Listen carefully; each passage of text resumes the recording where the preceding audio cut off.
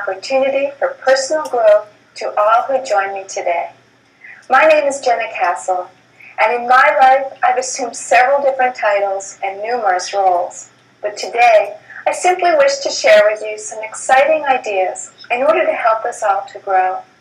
For when we open ourselves to growth at a personal level, we enhance our ability to more fully experience our lives.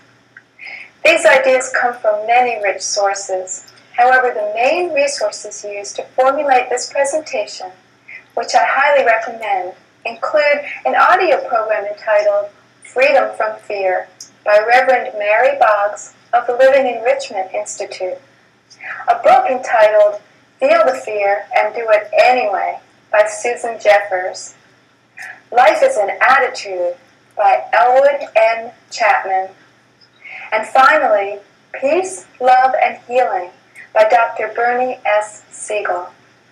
I'd like to begin by telling you a story. There once were 3 brick masons working together on a building. A little boy happened by and asked the first brick mason, "What are you doing?" Without even looking up, he responded, "I'm laying bricks." The little boy approached the second brick mason and asked him, "What are you doing?" The second brick mason looked kindly at the boy and said, "I'm building a wall." The little boy approached the third brick mason and asked the same question, "What are you doing?" The brick mason faced him squarely and replied with enthusiasm and obvious pride, "I am building a beautiful cathedral." Now, if this little boy approached you and asked you, "What are you doing?"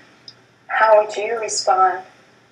Do you feel as though you simply lay bricks, or do you retain the original joy and enthusiasm of your life choices? Do you simply go through your routine in an unconscious manner, or do you always keep in the forefront of your mind a vision of your beautiful cathedral? Our minds are very powerful tools.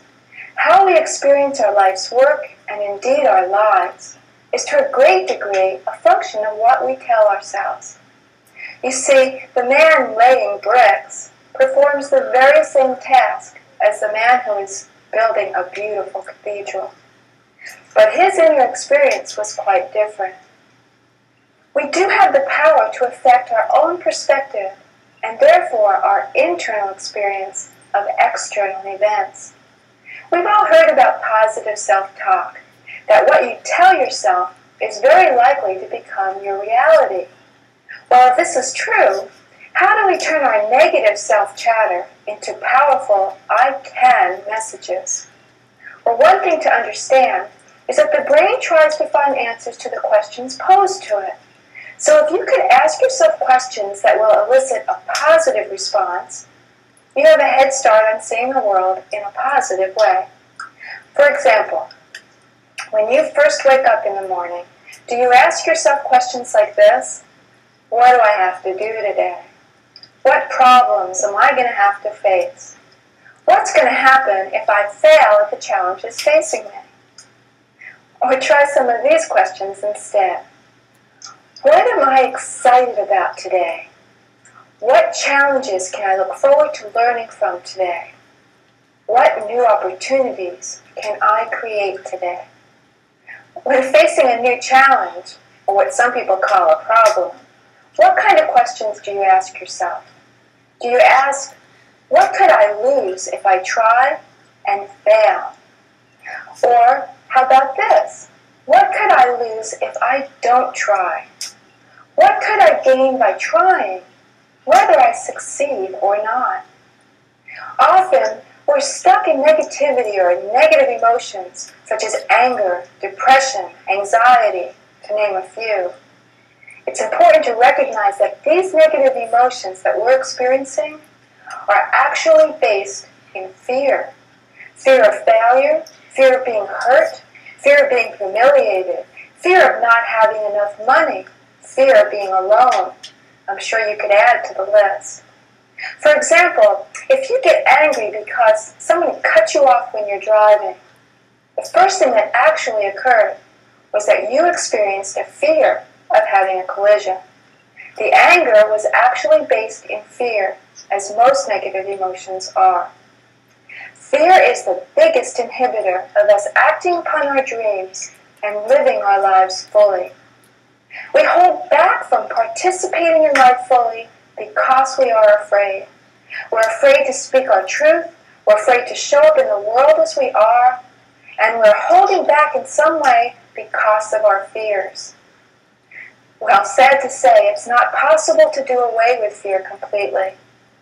Every person on this planet experiences fear. We all have fear in our lives. Think about it. Where is fear controlling you right now? We all have fear in our lives. Even the people who are very successful and self-confident, who are out there making their dreams a reality, experience fear. Therefore, fear is not the problem. What we do with the fear is what determines how we live our lives. Although we can't eliminate fear, we can view it differently and deal with it in healthy and productive ways. You see, we each have places, events, situations with which we're comfortable. This is known as our comfort zone. We each have a very unique comfort zone based on our own past experiences, our perceptions of our capabilities, and our willingness to be out in the world. Some people are only comfortable in the confines of their own home. Others venture out into the world, into the workplace. And others still seem to make the whole world their home. But when a challenge is presented that is outside our personal comfort zone, fear appears. Sometimes our fear induces enough self-doubt that it actually prevents us from moving ahead. We allow the fear to immobilize us and to stop us from living fully or realizing our dreams. Well, what's the alternative? If we could shift our perspective and see fear instead as an ally that's telling us, proceed with caution, but proceed. A warning, if you will, that says clearly and boldly, growth opportunity ahead.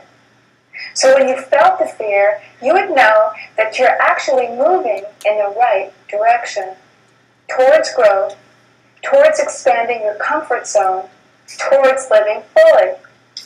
If we face our fears squarely and imagine in the safety of our minds, which after all is where fear exists, how we might deal with the challenge, we can take steps towards experiencing the fear and moving forward.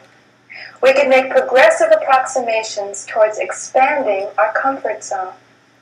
You can begin by imagining the worst possible consequences. What if the worst happened? And imagine yourself handling it.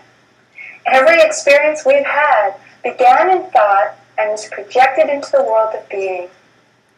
Thoughts with feeling become reality. We must create what we do in this world twice. Once in our minds, and then again out in the world to make it so. So facing the fear and imagining how would you handle that situation makes it easier to proceed with optimism. And as Oscar Wilde said, the basis of optimism is sheer terror. But how can we get past our fears? As Susan Jeffers says in her book of the same title, feel the fear and do it anyway.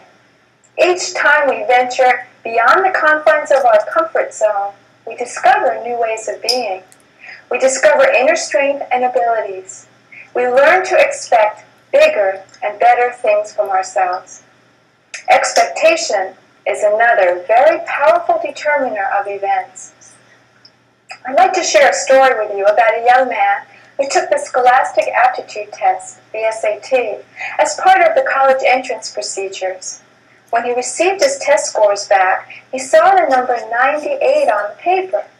Well, he was quite distressed and concerned about his ability to succeed in college with an IQ as low as 98. But he did go to college. His first term he received D's and F's. His second term was no better, and the dean called him in for a conference. The dean warned him that if his performance continued at this poor level, he would be asked to leave the school. "Well, what do you expect?" replied the young man. "I only have an IQ of 98. The dean took out the file and explained to the young man, "You don't have an IQ of 98. You scored in the 98th percentile. That means that your score was equal to or better than 98% of the students in all of North America." Well, the next term, that student pulled a 4.0 grade point average. The only thing that had changed were his expectations.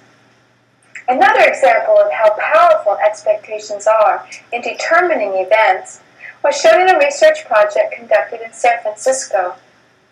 3 teachers had been brought into the principal's office and told, "You 3 teachers are the best teachers in this whole school. We have decided to reward your performance by giving you each 30 of the best students." These teachers were asked, "Don't tell any of the students or the parents about this." At the end of the year, it was found that these students tested significantly higher than all of the students not only in the school, but in the entire district. The teachers were brought in again. They were informed that this had been an experiment and that the students had actually been selected at random. Well, the teachers were amazed, and they could explain the high scores only by the fact that they were, after all, the best teachers. Well, then the researchers informed them, "Actually, we put all the teachers' names in a hat, and yours were the 3 that were pulled." This was a double-blind study, with the only factor not being controlled for being expectations. In summary, if we learn to live with fear as an ally, which navigates our path in the direction of growth, use our minds and strength of spirit to expand our personal comfort zone, and learn to expect bigger and better things of ourselves, we will enhance our ability to live more fully with a constant focus on our beautiful cathedrals. I'd like to leave you with a poem that says, "Come to the edge," he said. "No," they replied, "we will fall."